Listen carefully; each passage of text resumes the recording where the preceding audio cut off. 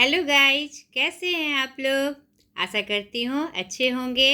ढेर सारी शुभकामनाओं के साथ आज के इस प्रीता पहचान क्लासेस में मैं लेके आई हूँ यूजीसी नेट जेआरएफ जून 2025 के सीरीज में जो हमारा सफ़र चल रहा था वो आपका चलते रहे और अपने सफ़र की तरफ एक नए जोश के साथ और ढेर सारी मेरी शुभकामनाओं के साथ। तो चलिए आज के इस वीडियो में हम देखेंगे यूजीसी नेट जेआरएफ पेपर 1 जो सबका जनरल पेपर होता है, यूनिट 4। ठीक है, तो आज का हमारा डे 1 का क्लास होगा यूनिट 4 का। तो सर्वप्रथम हम जानेंगे हमारा यूनिट 4 कम्युनिकेशन। ठीक है, संचार।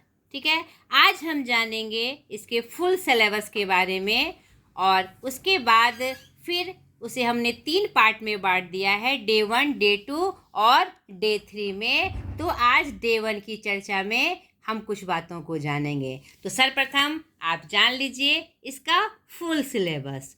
Unit 4 communication. सबसे पहले व्हाट इज कम्युनिकेशन। ठीक है बेटा, संचार क्या है, इसके अंतर्गत हम जानेंगे इसका अर्थ, परिभाषा, विशेषताएं एवं उनके तत्व। और दूसरा है प्रोसेस ऑफ कम्युनिकेशन, संचार की प्रक्रिया। यानी कि आपके सिलेबस में कम्युनिकेशन के अंदर आपको कौन कौन सी जानकारी लेनी है उसका फुल सिलेबस मैं आपको बता रही हूँ। ठीक है, तो सर्वप्रथम आप फुल सिलेबस को जानिए, फिर पार्ट पार्ट में हम उसका पूरा डिटेल जानेंगे। आशा कर कोशिश करूँगी मैं कि कुछ भी छूटे नहीं।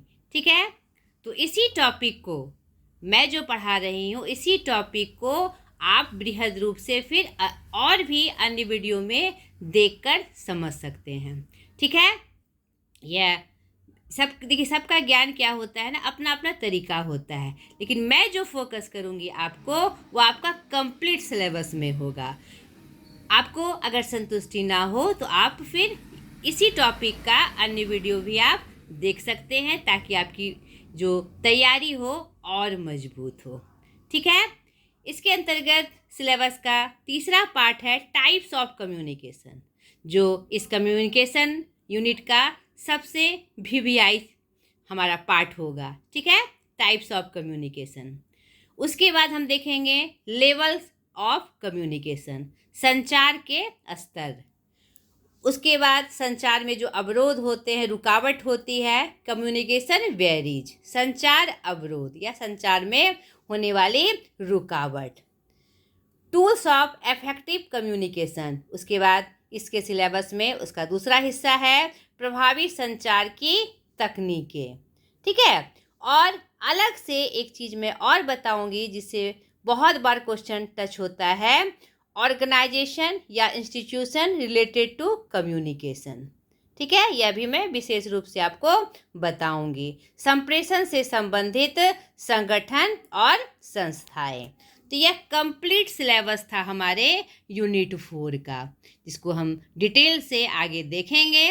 तो आज के इस क्लास में हम डे 1 के रूप में 2 पहलू पर बात करेंगे, संचार क्या है और संचार की प्रक्रिया। तो चलिए स्टार्ट करते हैं। फिर से मैं इसे दोहरा रही हूँ, UGC net JRF paper 1 general paper unit 4 communication day 1 में फुल सिलेबस के 2 पहलुओं पर आज हम चर्चा करेंगे। व्हाट इज कम्युनिकेशन, जिसके अंतर्गत हम कम्युनिकेशन यानी संचार का अर्थ, परिभाषा, विशेषताएं और तत्व देखेंगे। और प्रोसेस ऑफ कम्युनिकेशन, संचार की प्रक्रिया। मैं हिंदी वर्सन और इंग्लिश वर्सन दोनों लेके आती हूँ जो आपके पॉइंट्स लिखे होते हैं, क्योंकि कभी कभी हिंदी से ज़्यादा इंग्लिश में समझ में आता है। ठीक है, तो मैं आपको समझने के लिए ये मैं लेके आती हूँ, ये जो आपके लिए हेल्पफुल होगा। ठीक है, कम्युनिकेशन मीनिंग। कम्युनिकेशन शब्द की उत्पत्ति लैटिन भाषा के कम्युनिस और कम्युनिकेयर से हुई है, जिसका अर्थ है साझा करना या सामान्य बनाना। ठीक है, दूसरे शब्दों में कम्युनिकेशन संचार, संप्रेषण हिंदी में कहा जाता है, संचार भी कहा जाता है, संप्रेषण भी कहा जाता है, का अर्थ है सूचना, विचार, भावना या ज्ञान को एक व्यक्ति तक पहुंचाना, जो एक दो तरफा प्रक्रिया है। ठीक है, एक एक पॉइंट को, एक एक बात को आपको ध्यान से समझना है और बाय पॉइंट आपको बनाते जाना है। ठीक है, सिर्फ देखने से आपको नहीं होगा। मैं हर एक वीडियो में ये बात दोहराती हूँ, बी नोटेड। एक एक चीज़ को यूनिट लिख के, टॉपिक लिख के, आपको उसके बारे में आपको पॉइंट देकर आपको छांटना है कि जब आप उसका रिवीजन करें तो रिवीजन में सारी बातें आपके मानस पटल पर अंकित हो जाए। इस तरह से आपको तैयारी करनी है। ठीक है, आगे देखिए इसकी परिभाषा। 1928 में अंग्रेजी साहित्यिक आलोचक और लेखक आई.ए. रिचर्ड्स ने मानव उद्यम के एक पृथक पहलू के रूप में संचार की पहली कुछ मायनों में आज की सर्वोत्तम परिभाषा प्रस्तुत की है। यानी उद्यम के रूप में, व्यवसाय के रूप में इसे देखा गया। क्या है इसकी परिभाषा? संचार तब होता है जब एक मन अपने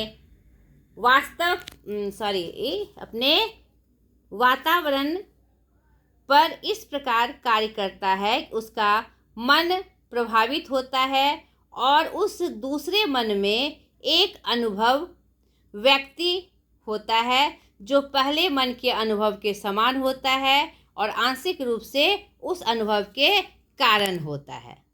समझ गए? यानी कि क्या तात्पर्य है इसका? संचार तब होता है जब एक मन अपने वातावरण पर इस प्रकार कार्य करता है कि दूसरा मन प्रभावित होता है। यानी कि संचार जब होगा तो एक की बात दूसरे के लिए मतलब प्रभावशाली होगी, कुछ ना कुछ प्रभाव डालेगी। ठीक है, जॉर्ज टेरी के अनुसार संचार दो या दो से अधिक व्यक्तियों द्वारा तथ्यों, विचारों, राय या भावनाओं का आदान प्रदान होता है।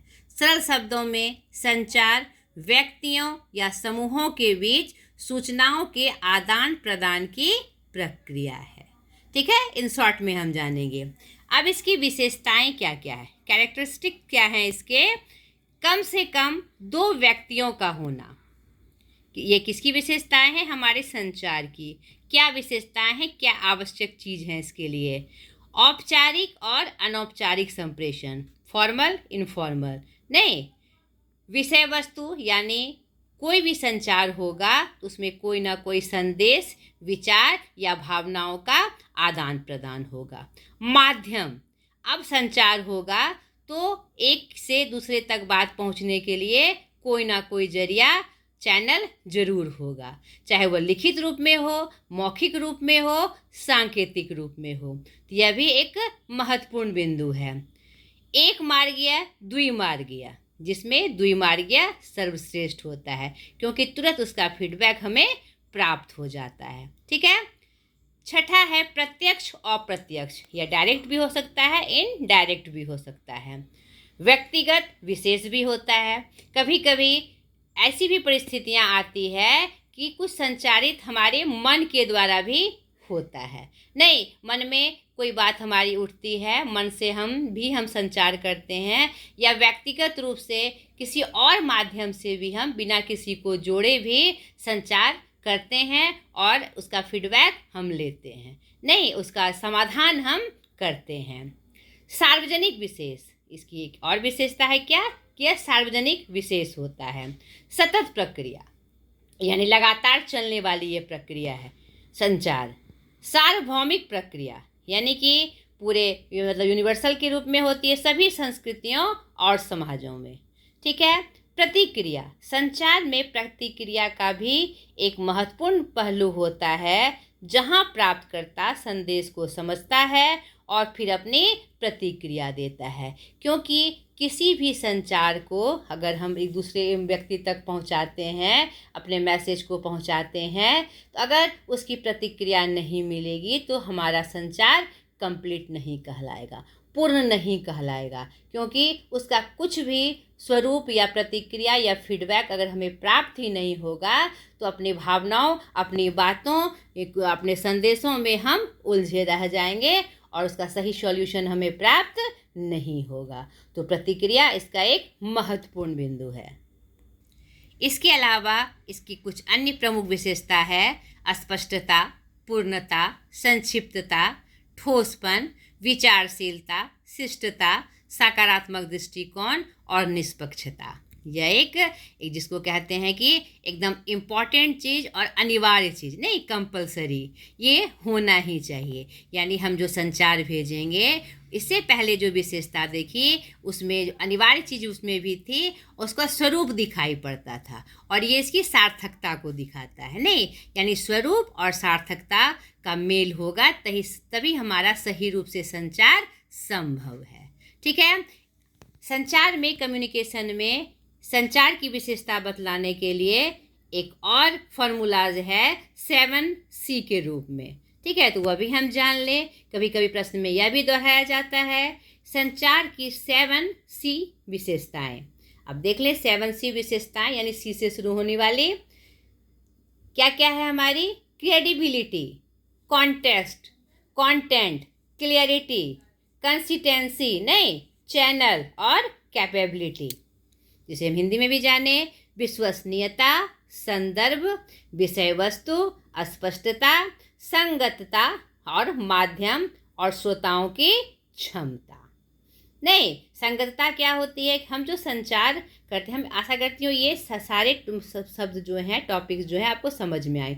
विश्वसनीयता यानी विश्वसनीय हो, संदर्भ यानी जो संचार हम भेजना चाह रहे हैं, जो भावनाएं, जो विचार हम कहना चाह रहे हैं वह उसी से संदर्भित हो। नहीं, विषय वस्तु, उसकी जो विषय वस्तु हो, संचार का ये एक महत्वपूर्ण ये बिंदु है, पहलू है कि उसकी विषय वस्तु एकदम ठोस तरीके से कही जाए और स्पष्ट हो।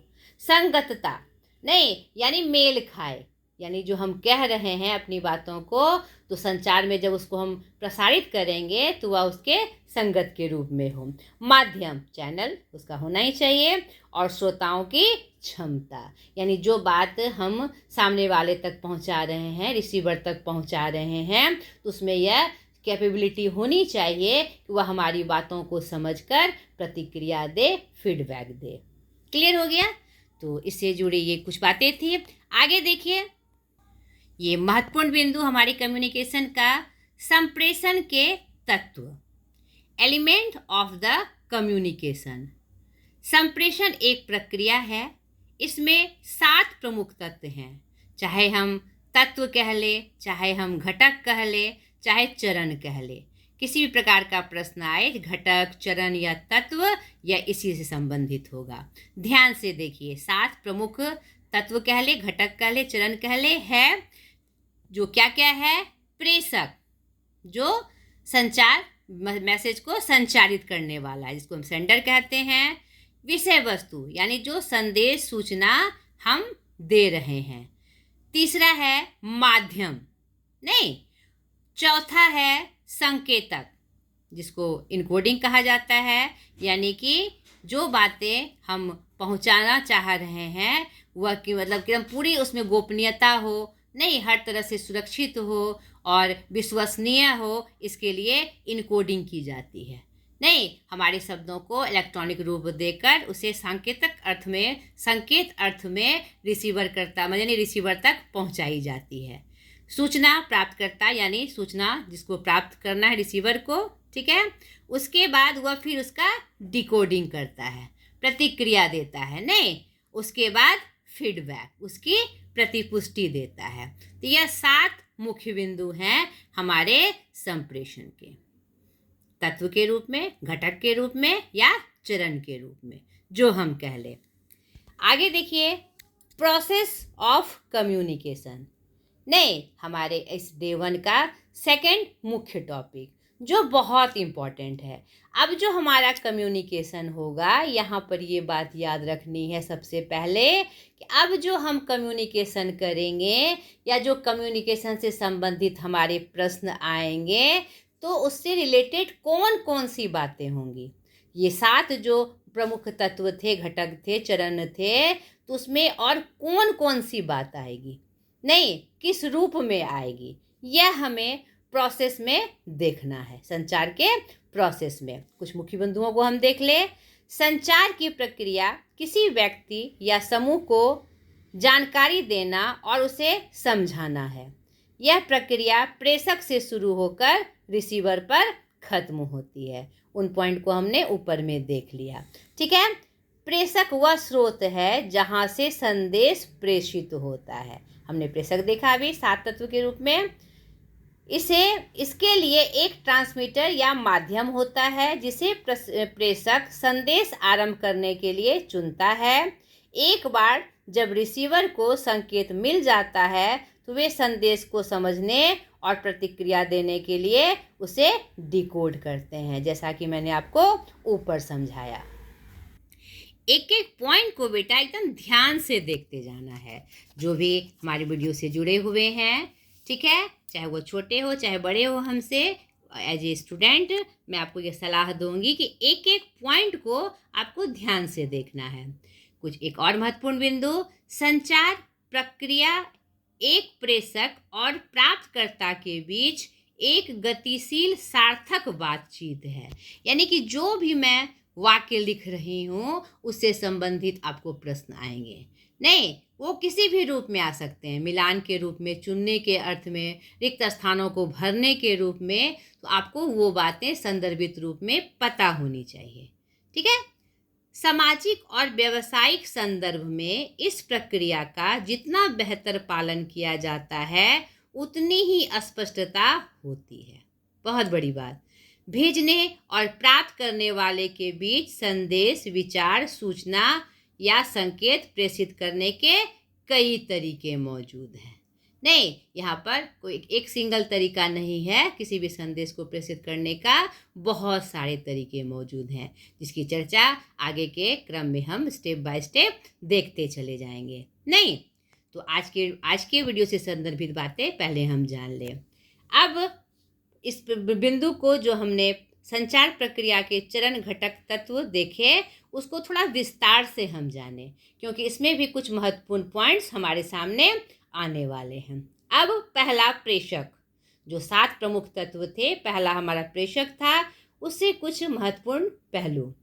सर्वप्रथम प्रेषक जो भेजने वाला है विचार विकसित करता है। प्रेषक वह व्यक्ति या समूह है जो संदेश भेजता है। यह कोई संगठन भी हो सकता है। यहाँ पर 3 बातें आपके सामने आई। प्रेषक पर्सनल व्यक्ति या एक व्यक्ति, समूह में, या फिर कोई संगठन भी। ठीक है बेटा। आगे प्रेषक को यह सुनिश्चित करना होगा कि प्राप्तकर्ता संचार को समझे तथा संचार के लिए उनके द्वारा चुना गया माध्यम उपयुक्त हो। सबसे महत्वपूर्ण बात, अगर किसी को हम मैसेज संचारित करते हैं, संचार करते हैं हम, तो प्राप्तकर्ता को वह जो मैसेज हम भेज रहे हैं, जो विचार हम भेज रहे हैं, उसे पहले समझ में आनी चाहिए। नहीं, और उसका माध्यम भी जो हो वह भी सूटेबल होना चाहिए। नहीं तो सही रूप में आपका जो संदेश है संचारित नहीं होगा और उसका आपको एकदम सही जो होगा फीडबैक नहीं प्राप्त होगा। यह एक आवश्यक पहलू है। दूसरा, संदेश यह वह सूचना या विचार है जिसे प्रेषक प्राप्तकर्ता तक पहुंचाना चाहता है। इनकोडिंग को जान ले। अब यह वह प्रक्रिया है जिसमें प्रेषक संदेश को प्रतीकों, शब्दों या संकेतों में बदलता है ताकि उसे संचारित किया जा सके। नहीं, सही रूप में पूरी विश्वसनीयता के साथ, गोपनीयता के साथ वह रिसीवर तक पहुंच सके। ठीक है। चौथा, माध्यम। प्रेषक संदेश को भेजने के लिए एक माध्यम चुनता है और संचार के कई माध्यम होते हैं। नहीं, इसको थोड़ा विस्तार से हम जाने, यानी संचार माध्यम के प्रकार। मौखिक हो सकता है, लिखित हो सकता है, सांकेतिक हो सकता है, जिसे शाब्दिक हम कहते हैं, शब्दों में पिरोकर, नहीं संकेत के अर्थ में कुछ शब्दों का संकेत देकर। ठीक है। दृश्य हो सकता है, दिखने लायक, श्रवण करने योग्य हो सकता है, श्रव्य हो सकता है, सिर्फ सुना जा सकता है, और दृश्य श्रव्य दोनों हो सकता है। ये संचार के माध्यम हैं। तो एक एक चीज को मैं क्यों कहती हूँ कि ध्यान से देखिए कि कुछ बातें आपकी घिटपिट ना हो जाए, एक दूसरे में मिक्सअप होके आपको बोझिल ना बना दे। इसीलिए एक एक चीज़ को देखिए कि मैं क्या बता रही हूँ। मैंने माध्यम बताया कि एक न कोई माध्यम होना चाहिए संचार प्रसारित करने के लिए, तो वो कई प्रकार के होते हैं। तो कई प्रकार में कौन कौन से रूप होते हैं, मैंने उसकी चर्चा की है। ठीक है, संचार के प्रकार की चर्चा नहीं है ये। संचार में जो माध्यम का यूज़ होता है उसके क्या क्या प्रकार हैं उसके बारे में चर्चा हो रही है। क्लियर? आगे देखिए, संचार के कुछ प्रमुख उदाहरण यहाँ पर आप ध्यान से समझिए, क्योंकि कम्युनिकेशन में सबसे ज़्यादा प्रश्न यहीं से बनते हैं। और मैं इसको लेंदी नहीं बनाऊंगी, आपको खाली अपना IQ सेट करना है कि मैं यहाँ पर क्या बता रही हूँ। बस आप थोड़ा सा ध्यान लगाएंगे, आपको बहुत सारी बातें अपने आप समझ में आ जाएगी। अगर आप इस बिंदु को समझ लेते हैं तो आप अपने क्वेश्चन को जो आपके सामने होंगे एग्ज़ाम्स में, उसको आप आराम से समझ सकते हैं। तो थोड़ा सा ध्यान दीजिए। नहीं, अब संचार के जो कुछ प्रमुख उदाहरण है, टेलीफोन, दो लोगों के बीच संचार, यह क्या है? श्रव्य है। अब आपके पास मान लीजिए कोई भी उदाहरण आया कि यह संचार का कौन सा रूप है, श्रव्य है, दृश्य है, नहीं इलेक्ट्रॉनिक मीडिया है, कुछ भी संचार मीडिया है, प्रिंट मीडिया है, क्या क्या क्या है, तो आपको कॉमन सेंस यहाँ पर आपका काम आएगा। नहीं, हम अपने लाइफ में बहुत चीज़ों को देखते हैं और उसको उसके उदाहरण से हमें समझना होगा कि वह क्या किस यूज में आता है। देखने के यूज में आता है, सुनने के यूज में आता है, या उसका क्या यूज़ है, उसके आधार पर हम इसे छांट लेंगे कि वह किस रूप में है। क्लियर? आगे देखिए, रेडियो श्रव्य यंत्र है, टेलीविज़न दृश्य और शब्द, यहाँ इसमें दिखाई भी पड़ता है और सुनाई भी पड़ता है। टेलेक्स क्या होता है? यह दृश्य, नहीं टेक्स्ट को दूर से भेजने में, यहाँ छूट गया है। फैक्स क्या है? हमारा दृश्य, देखने के लिए है, यानी कुछ भी मैसेज को, कुछ किसी भी चीज़ों को बहुत ही शीघ्रता से हम दूर दूर तक भेज सकते हैं। पेजर, यह भी क्या है? श्रव्य है, यह भी मैसेज पहुंचाने का एक जरिया है। अब इसमें इलेक्ट्रॉनिक चीज़ें कौन सी है, नहीं प्रिंटिंग चीज़ें कौन सी है, इस बातों का भी आपको ध्यान रखना है। नहीं तो आपका नॉलेज इतना ज़्यादा होना चाहिए, और मैं आपको बताते भी जाऊंगी एकदम स्टेप स्टेप में कि यह किससे जुड़ी हुई है, इस बातों को भी आपको केयर करना है। अब देखिए, ईमेल यह क्या करता है? टेक्स्ट फाइल्स या अन्य जो चीज़ें, डेटा को क्या करता है? इलेक्ट्रॉनिक के रूप में भेजता है ईमेल। और यह क्या है? हमारा दृश्य भी है और श्रव्य भी है। अब समाचार पत्र, पत्रिकाएं, विज्ञापन, यह क्या है? मुद्रित माध्यम है, प्रिंट मीडिया का यह पार्ट है। नहीं, यह हमारा क्या होता है? दृश्य होता है, श्रव्य भी होता है अगर उसको प्रचार के रूप में टीवी में दिखाया जाए विज्ञापन। सिनेमा दृश्य और श्रव्य दोनों होता है, ठीक है, जैसे कि टेलीविज़न। ठीक है, अब सोशल मीडिया क्या है? ऑनलाइन प्लेटफॉर्म है। यह क्या करता है भाई? यह हमें ऑनलाइन पर बहुत सारी जानकारियाँ, बहुत सारी चीज़ें हमें बताता है सोशल मीडिया के तहत। आगे के स्टेप में और भी डिटेल से हम इसकी चर्चा जानेंगे। ठीक है, इंटरनेट क्या है? हमारा ग्लोबल नेटवर्क है जो पूरे वैश्विक स्तर पर हमें जानकारियाँ उपलब्ध कराता है। ठीक है, तो यह क्या थे? यह संचार के कुछ प्रमुख उदाहरण थे जिसके माध्यम से हम संचार करते हैं। ठीक है, मौखिक संचार में बोले गए शब्दों का आदान प्रदान होता है। सांकेतिक संचार में चेहरे के भाव, शरीर की गति, हाव भाव, आँखों का संपर्क, स्पर्श, स्थान, सुर और स्वर शामिल होते हैं। एक एक बात ध्यान से सुनिए।